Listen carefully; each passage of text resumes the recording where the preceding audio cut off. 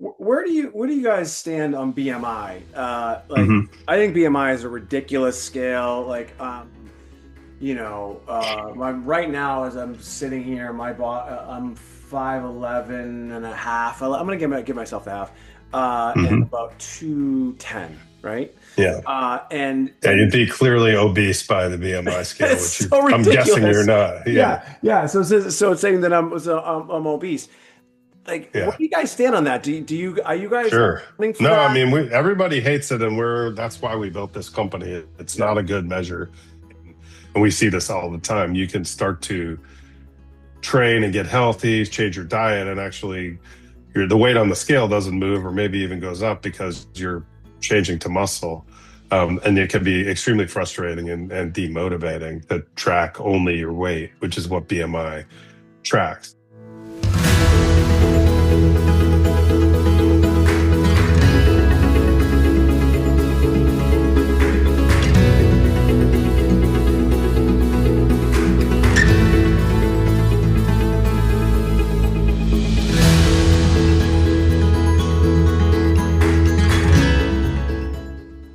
All right. Well, my name is Mike Alden. This is the Better Body Lab podcast. Before we get started, I know that something might be different for those of you who are watching and listening. Right now, my co-host and wife, that most of you, I don't know if everyone knows that or not, Dr. Taryn Marie, is unable to make it today. I like to say she's a big deal. I don't know if you guys know this, but we just happen to have a conflict. But that's okay, and she will be back, and I'm sure she will be listening at some point as well. So I want to get that out of the way. But I'm super excited. We have our next guest is Steve Raymond. He's the CEO and co-founder of a company called Prism Labs. Now, one of the reasons why I was so interested in having him on is because of they're a technology-based company that is helping enhance people's overall health and wellness. And there's this big craze, obviously, that's going on right now with weight loss, and they're supporting companies like Noom and Novo Nordisk. Novo Nordisk, makes Ozempic, and Noom is a company that is a psychology-based company that also sells GLP-1s. So super happy to have him. Please help me welcome Steve Raymond. Steve, thanks so much for being here. I'm really happy to be here, Mike. So one of the things we found out before we went live, you are a native of Massachusetts, as I am. That's So right. you grew up in Fall River, yeah. That's right. The one and only. Yeah.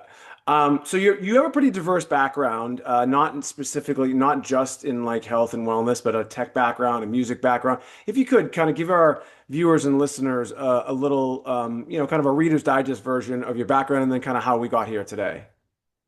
Yeah, sure. No, certainly. I went to UCLA for business school. I have a mechanical engineering degree undergrad, and I spent the first 8 or so years of my career working on nuclear power plants, and it didn't seem to be a growth industry. So I went to business school back in LA, and then more or less wanted to stay in Southern California. And so most of my career has been focused in the media space, really. And so I sort of backed into this company in a little bit of a roundabout way, but I spent the first, 15 or so years of my career post business school working in digital media. I started a couple companies. I worked for some startups. I really caught the bug for the types of technologies that you discover them and you get that lightning bolt of this is going to be inevitable. Like everybody's going to use this technology. And then sort of spending my time in that phase that we call crossing the chasm in technology, in between when it sort of works in a laboratory and then when everybody can use it. And so, for instance, I worked for one of the first ripping and burning CD companies back in the Napster era, and we Oh built the boy. first. It's called Music Match. Yeah, we built the very first streaming internet music service. You could pay, it's more or less couple generations before what is now like Spotify and things like that. And then I started a business in the influencer marketing space in 2011. So I was wandering around to VCs and other media executives and saying, there's these kids who have more views on YouTube than NBC Sports, right? Right. And so at the time it seemed crazy. Now everybody knows what listening to digital music is, what an influencer is.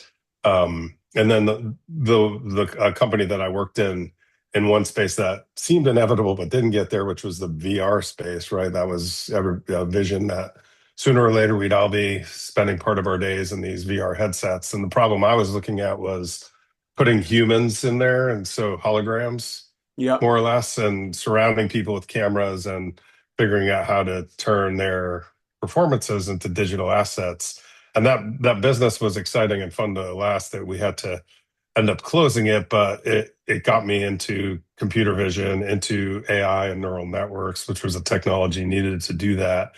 And one natural way to employ that technology and that foundation I built was body composition scanning using mobile phone cameras. And so that's what Prism Labs does. And so, yeah, I'm on a really steep and fun learning curve at my stage in my career, because I don't have a health background.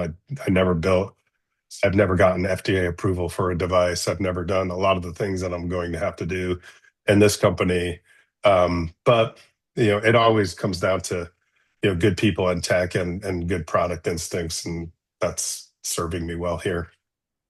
Well, thanks for that. I'm gonna probably maybe put you on the spot a little bit, but I think you'll be able to answer Hmm. some of these questions. Um, Sure. I've been in the health and wellness space pretty much my entire career. Started out as an attorney in the space, still an attorney, but I don't practice anymore. Went to Suffolk actually in Boston, Okay. and I have cousins and aunts and uncles who went there, yeah, yeah, got law degrees and such. yeah, Yeah. Suffolk. Some people might say, Hmm. but Steve, so at Prism Labs right now, by the way, it's prismlabs.tech, if you're interested. Um, right now, the app itself, is it functional? Is it working? Are people using it? Yeah, and so we don't have a B2C, like a customer facing brand ourselves. So we've got a B2B approach to the market. And so we're integrated into a lot of big consumer apps like Weight Watchers and Noom and WellDoc. And as you mentioned, we're working on a global marketing partnership with Novo Nordisk, although they make Wegovy, not Ozempic. And so they would probably want me to mention that. But they're, yeah. And so we No, have, Novo no, Nordisk, Novo Nordisk, 100% makes Ozempic. oh, that's, yeah, the brand name that they Yeah. use it is under Well, they have Wegovy, two. right? It's Yeah. two. It's two. So one is Yeah. is for the diabetes, and then yeah, Yes. yeah, yeah. So Yeah, correct. Yeah, right. correct. Yeah. So anyway, yeah, so we're doing we're definitely scaling in terms of the number of people. We probably will have a direct to consumer uh, place for people to come and scan at some point later this year, and that's really more strategic than trying to build a business. And generally, the reason that we built our business that way is we look at tracking body composition as a feature and helping me to live a healthy life as a product. And our partners like Noom and Weight Watchers do a great job of that. So we're leaving that part to them. So here's the part where earlier I said I was going to maybe put you on the spot a little bit. So Hmm. just to be clear, man, if you don't have Hmm. a health and wellness background, Hmm. your background is in engineering, um, Hmm. but you do have a big tech understanding. So this, technology that you Hmm. effectively license to some of these bigger companies, it's act as what they call a Dexa scan. First, I'm not gonna put you on the spot Hmm. yet. But first, Yeah. what is a Dexa scan, and why is that important in the world of body comp? Yeah, yeah. Well, I mean, I know your audience includes a lot of people who are into biohacking, and somebody put like tracking your lean mass is a really important way to measure metabolic health. And there are some people who claim that it's the third most important number you can know about yourself in terms of metabolic health, behind your cholesterol level and your VO2 max.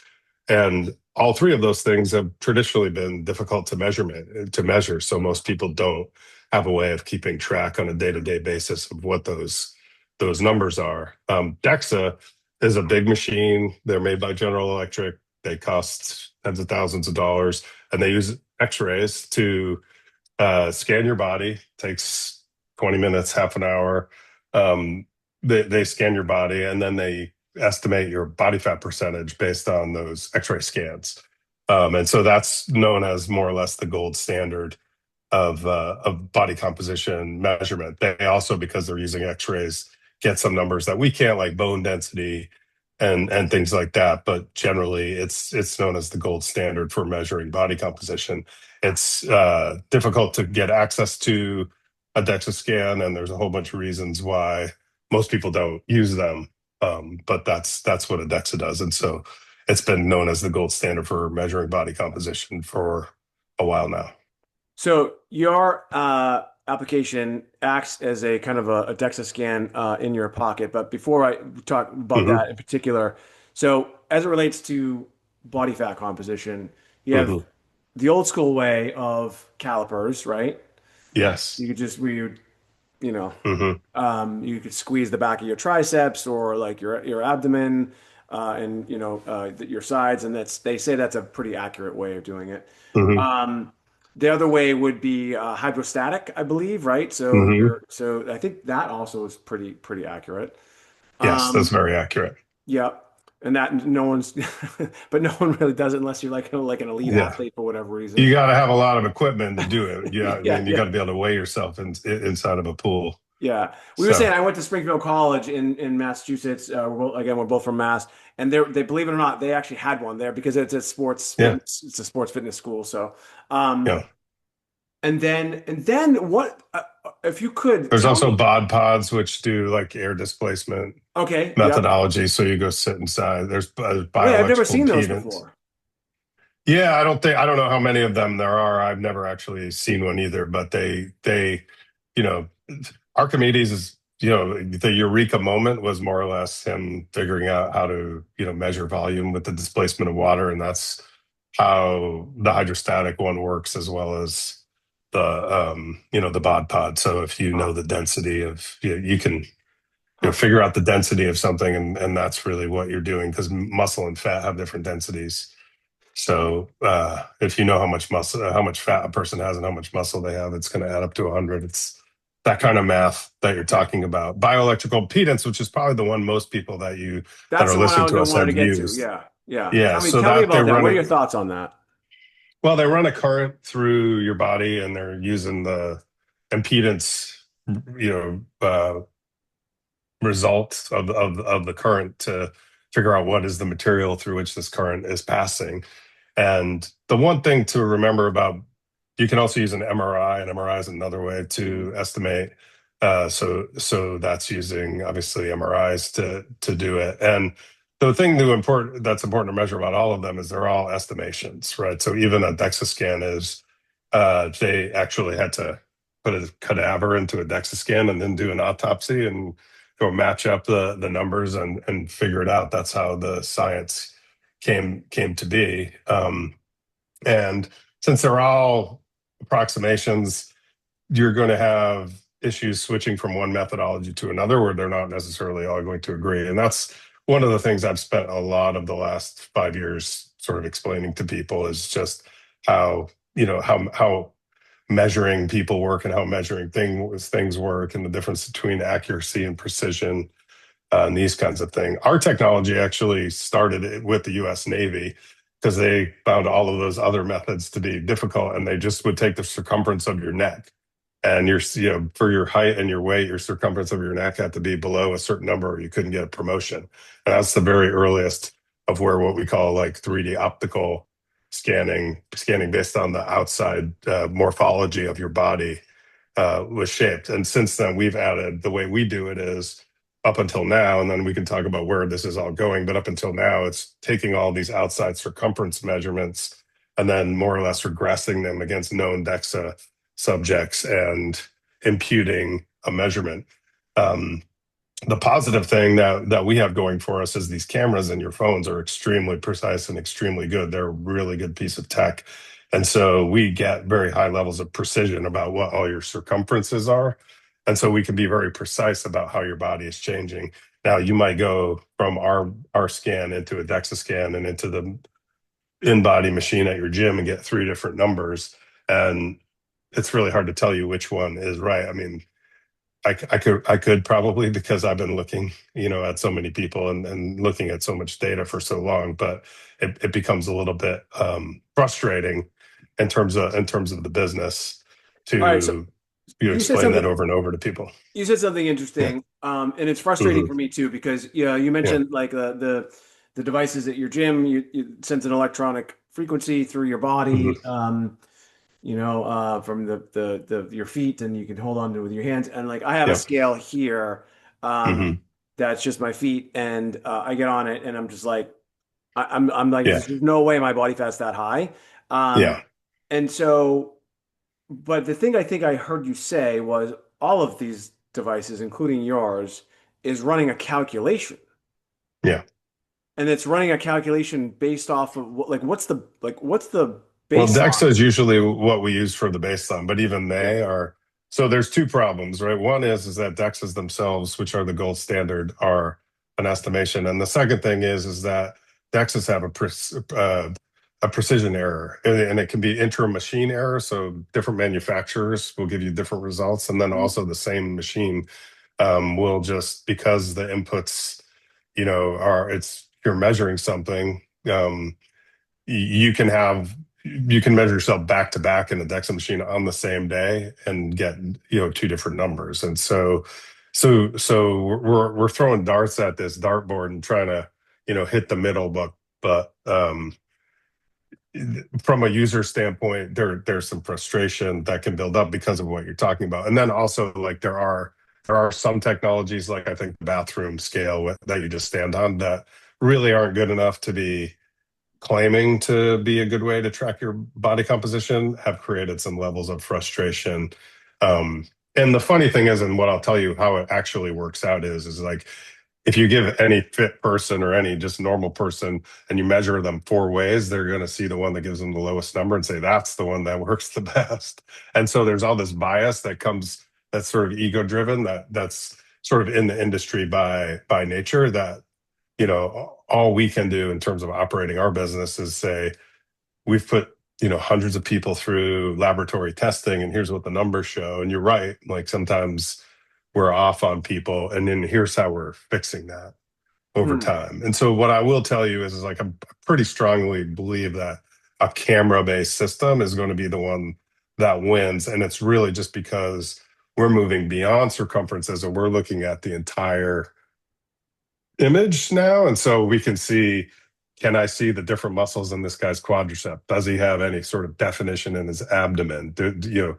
Where are we seeing muscle tone instead of just measuring muscle? And there's so much data that is coming off of that camera that we'll be able to pretty much nail.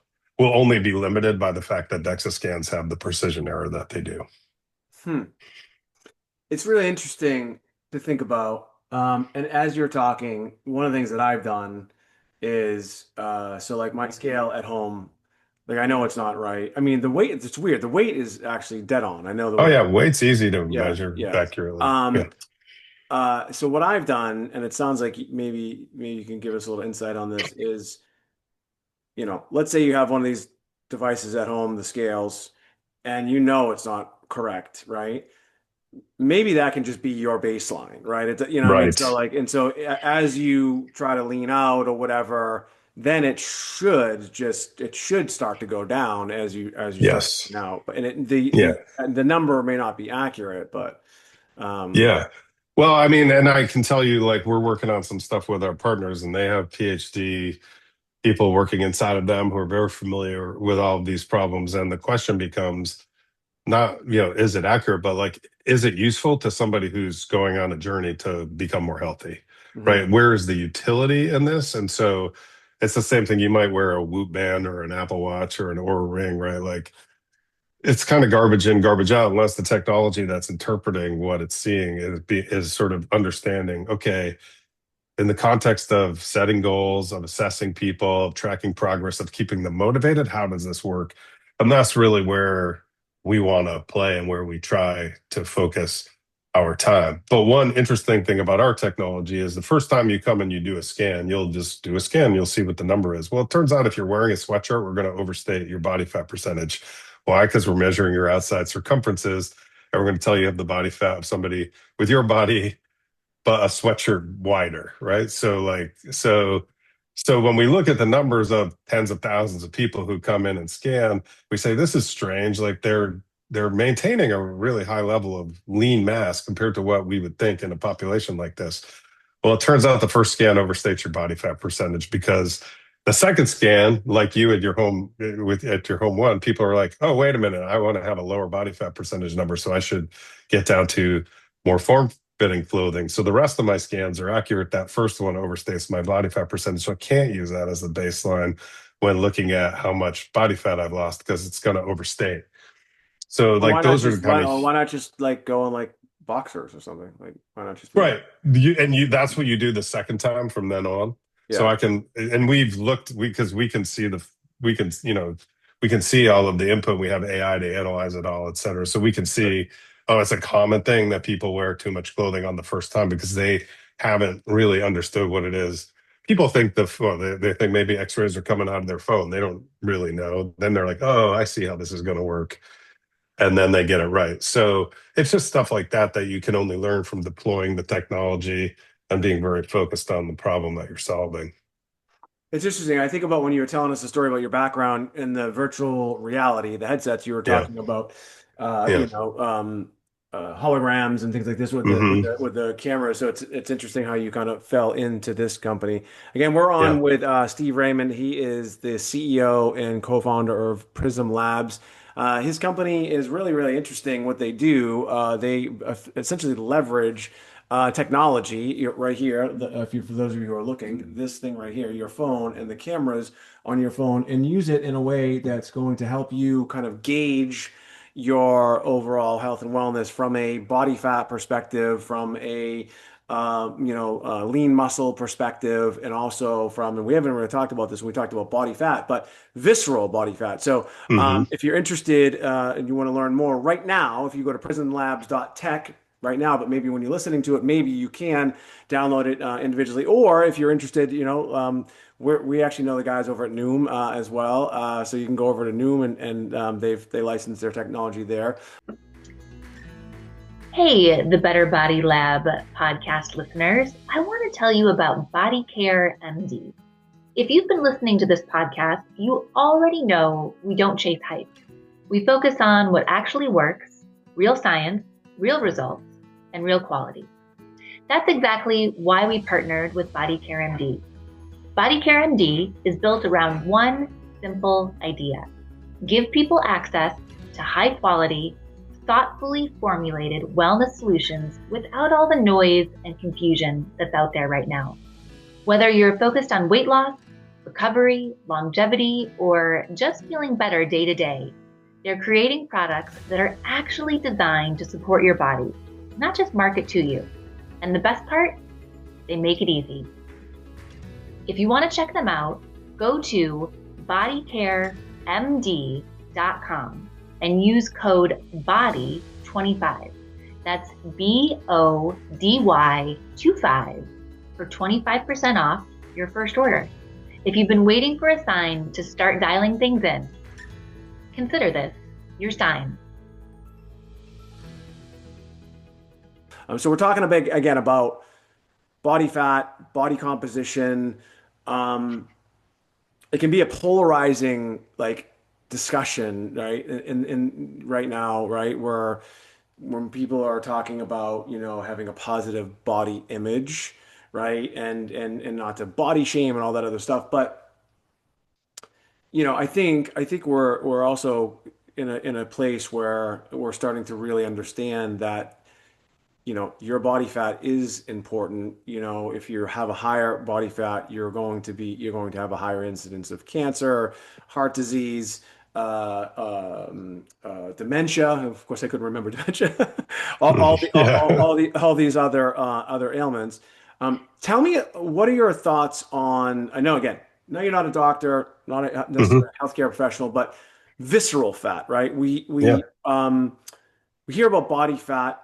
we might hear the term visceral fat, but if you could, in layman's terms, right? Because that's we both are. We're not healthcare Yeah. professionals. Like, why is visceral fat important? And I know that your app actually, measures that as well.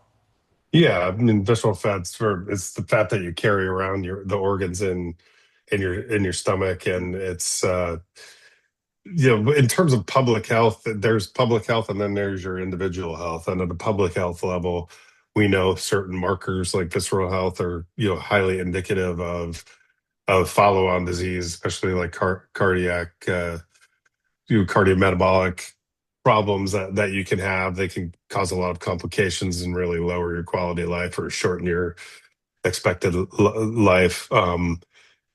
Interestingly enough, like the visceral fat is something that bioelectrical impedance does really poorly. And the reason why I know that is because, one of the things that I see as we're working through, different customers is people are used to getting their measurement off of one way and another, and bioelectrical impedance does a poor job of picking up visceral fat because it's kind of where the current, if you think about going through your arms and your legs, it's missing that portion. That circuit is not going through your abdomen, and so it is something that with a camera you can pick up because of where you're carrying your fat. So it's something that we measure, and it's definitely something that the medical industry likes to track with people, especially if they're treating them for uh, diabetes or heart disease or metabolic uh, symptoms, of some worse disease like that. Yeah. So basically, what we're both having a conversation about, for those of you again who are listening, hopefully you are. I mean, if you're listening, I guess you are listening, and or watching. Um, from what I understand, I have been in the health and wellness space for my entire Yeah. career. Visceral fat is an indicator, as we mentioned earlier, of several disease states, and it's usually the big ones: the heart disease, congestive heart failure, cancer, and several other ailments. And so, if you can reduce your visceral fat, you're going to be in a much better position. And by using technology from Prism Labs, you can help kind of see where you're at. Okay, so we know that it uses the camera, right? Hmm. Um, for those listening, it's going to be hard, but so like I have my camera, I have my phone here, I have the camera Hmm. here. So if I'm gonna get an image of my whole body, like Hmm. do I have to set this up on some sort of like Yeah. tripod? Like how does it work?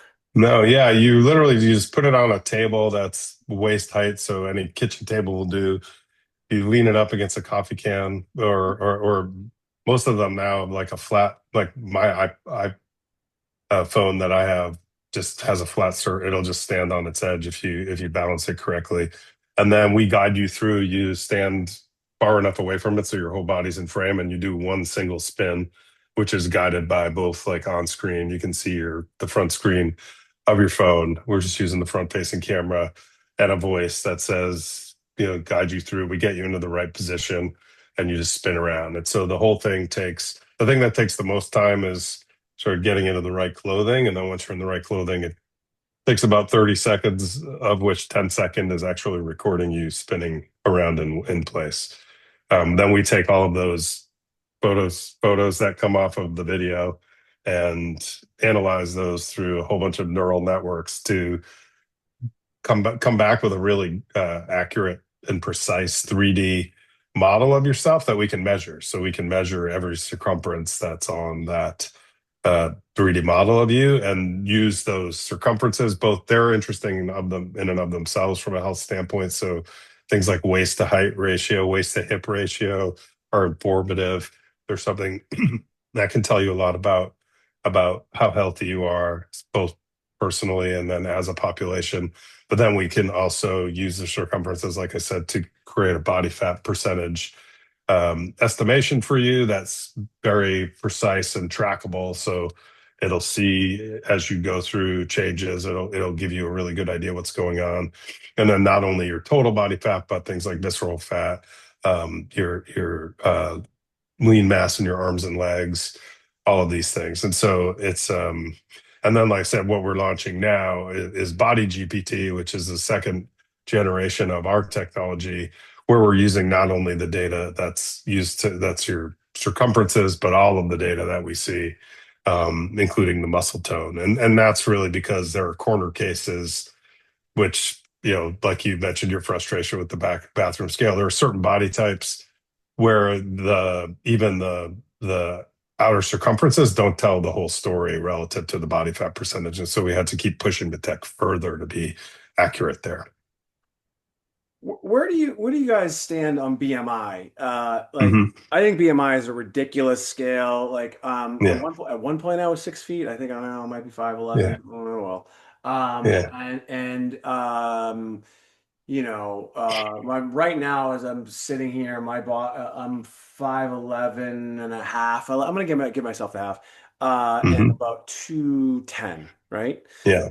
And Yeah. You'd and be clearly obese by the BMI scale, it's which so I'm guessing you're ridiculous. not. Yeah. Yeah. So it's saying that I'm obese.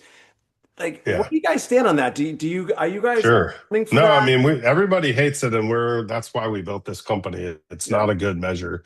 It can be a good measure at like a population level, like I said. So over the course of 10,000 people, if you want to say are the people of Chicago any fatter than they were 20 years ago? Like, BMI is useful, right? It'll tell you, but it really isn't very useful in talking about your particular or any one individual's particular health, because somebody can just be really muscular and kind of pin BMI into an obese range. And even more so, like, and we see this all the time, you can start to train and get healthy, change your diet, and actually the weight on the scale doesn't move, or maybe even goes up, because you're changing to muscle. And it can be extremely frustrating and demotivating to track only your weight, which is what BMI tracks. And so the all of the wellness space, the research and the doctors points towards it being not a great way to track. But the problem with body fat percentage up until now, and this is what sort of the vision for the company was tracking body fat percentage is really difficult. You need expensive machines. The ones that you can put in your own home don't work very well. Um, and they take a lot of time, and they typically also take sort of a trained person to interpret, right? Like, it's just a bunch of numbers. And so there's a lot of room to innovate there. And that's where we come in. Turns out these phones have really excellent cameras. There's lots of processing power in them. We can get a very precise, very accurate measure of your body fat percentage. And more importantly, we can track trends. We can see how you're changing, because the cameras are really powerful, and human bodies change in more or less predictable ways when they gain and lose body fat percentage. And so that's the company that we set out to build. And now we're really, we have a global company. We are working all over the world, and we have more or less people coming to us, right, and saying, we've been waiting for a solution like this. We've been looking for a way to help our members understand their body composition, and we haven't been able to do it up until now. And so there's a hole in our product. There's a hole in the science. There's something that's missing, and it's this ability, and that's where we come in. And so what we've been doing is just trying to take the friction out of integrating this type of technology into anybody's app. Now it works in the mobile web, so you don't even need to download an app. You can just go to a URL and open your camera up, send us a video of you turning around. We've worked out all the privacy. We've worked out all of the, kind of the safeguards around data, and we're just continuing to innovate in terms of making that data more accessible and more motivating. I love it. So, okay, so we're talking about you kind of addressed it. I'm gonna ask it anyway, because so you said so Mhm. this is not like a registered medical device. We don't need to get into like the Yeah, legalities of what that really means, but yeah. there's some pros and cons to that.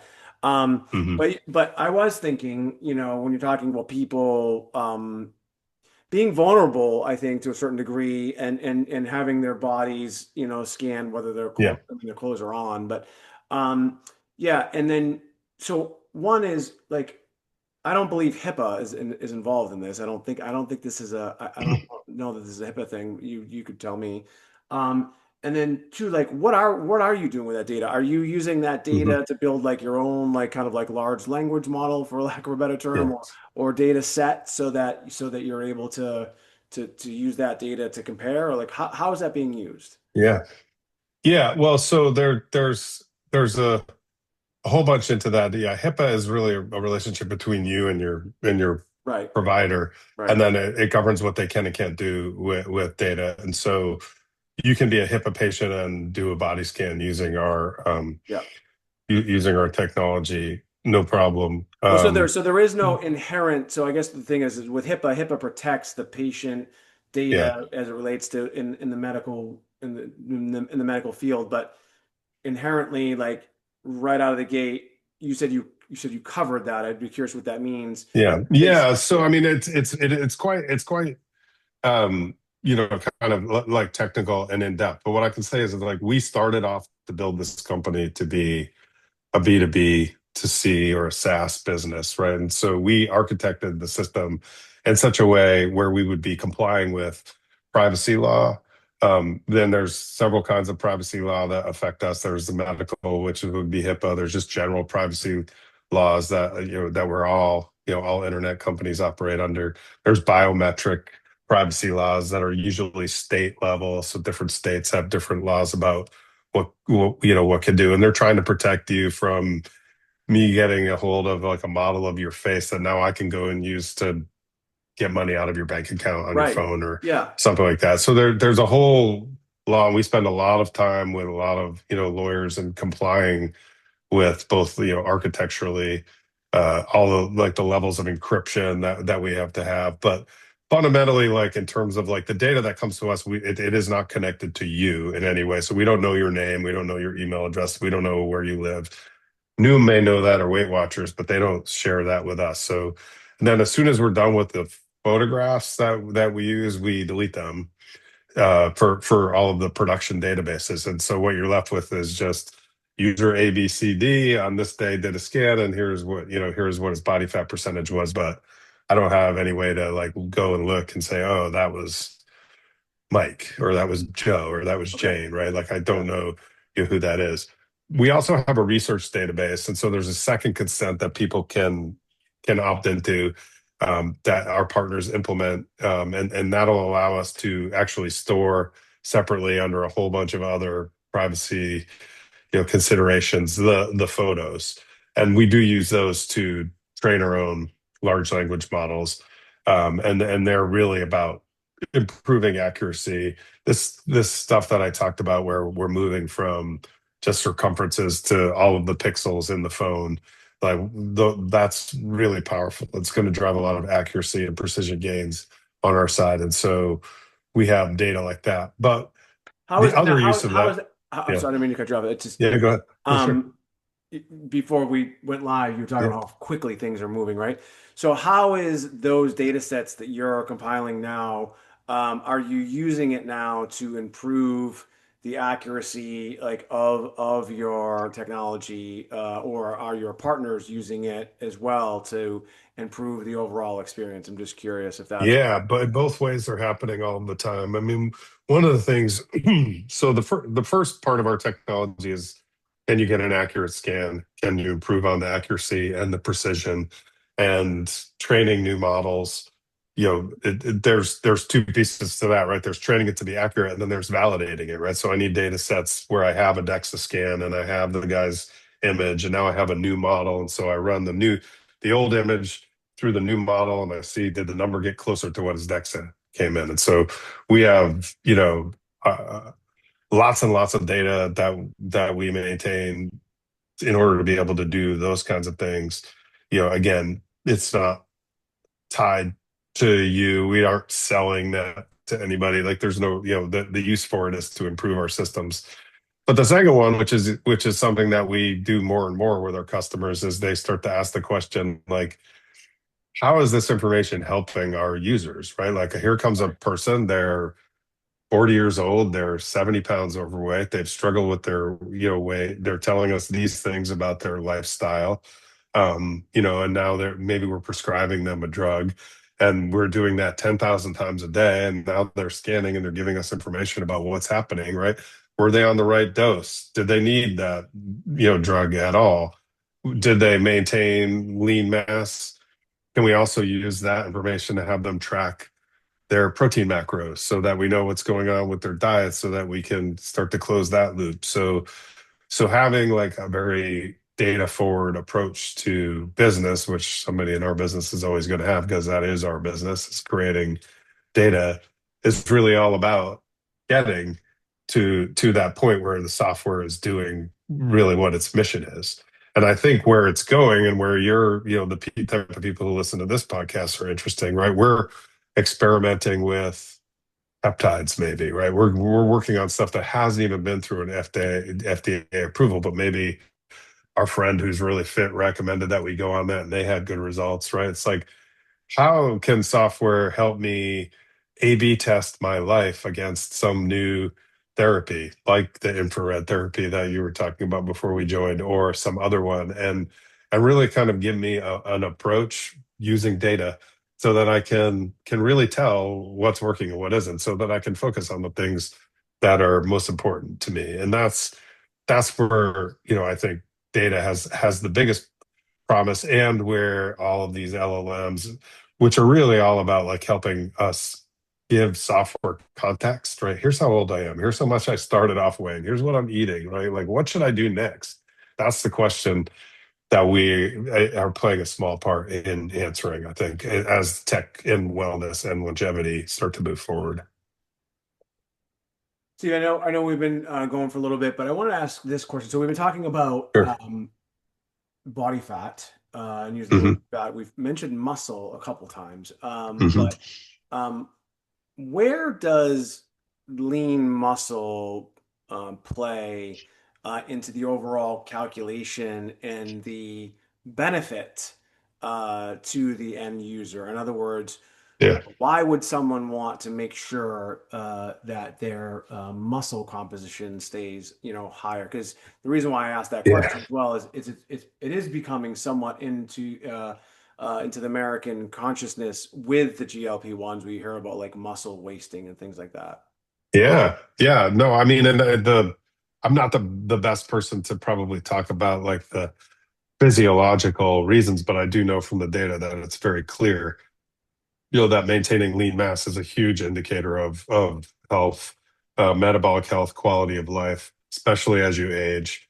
And I know I'm in my 50s. I lift weights. I was lucky enough to kind of get into resistance training and have it be part of my whole life, but a lot of people don't, right? And one of the things, is like the types of exercise that you did when you're in your 20s and 30s needs to change if you want to be maximizing your exercise time as you get older, and being able to track that is a small piece of it. I mean, it's just like it's really important to maintain muscle. It's something that all of these care providers in the GLP-1 space are looking at, because they know they're going to be in big trouble if they make this change to all of these people's bodies, and it's a change for the worse. And that's where body composition measuring comes in that regard. All right. Well, for those listening, watching, you may not know this, but I'm going to tell you anyway. For some reason, my Wi-Fi has been going bananas, and Steve has been so patient with us. I actually have three Wi-Fi networks here, and they all seem they're not working. But Steve, thanks for coming on. We've Sure. been on with Steve Raymond. He is the CEO and co-founder of Prism Labs, and it's prismlabs.tech. They license their technology to companies like Weight Watchers and Noom that helps patients that are looking to lose weight and optimize their health and wellness. It's really, really interesting. Again, for those who are looking right now, you can literally just use your camera phone, and eventually, I think we said that there might be also an ability for you to just download an app. Also, you can use it. You don't even need an app. You could just go right to the partner's site, and you don't even necessarily need to download anything. But I think that for me, what's been so interesting is the evolution of the technology, not just AI, but the evolution of the technology that's making what was a very expensive thing and a very difficult thing to access more accessible, right? And so I think I commend you guys, Thank you. for doing that, because now, the average everyday person, can at least, access that technology and use their own data and to improve their overall health and wellness. So thanks again, Steve. My name is Mike Alden, and this has been another edition, but it's the first edition, just me at the Better Body Lab podcast, and we'll see you soon. Thanks, Mike.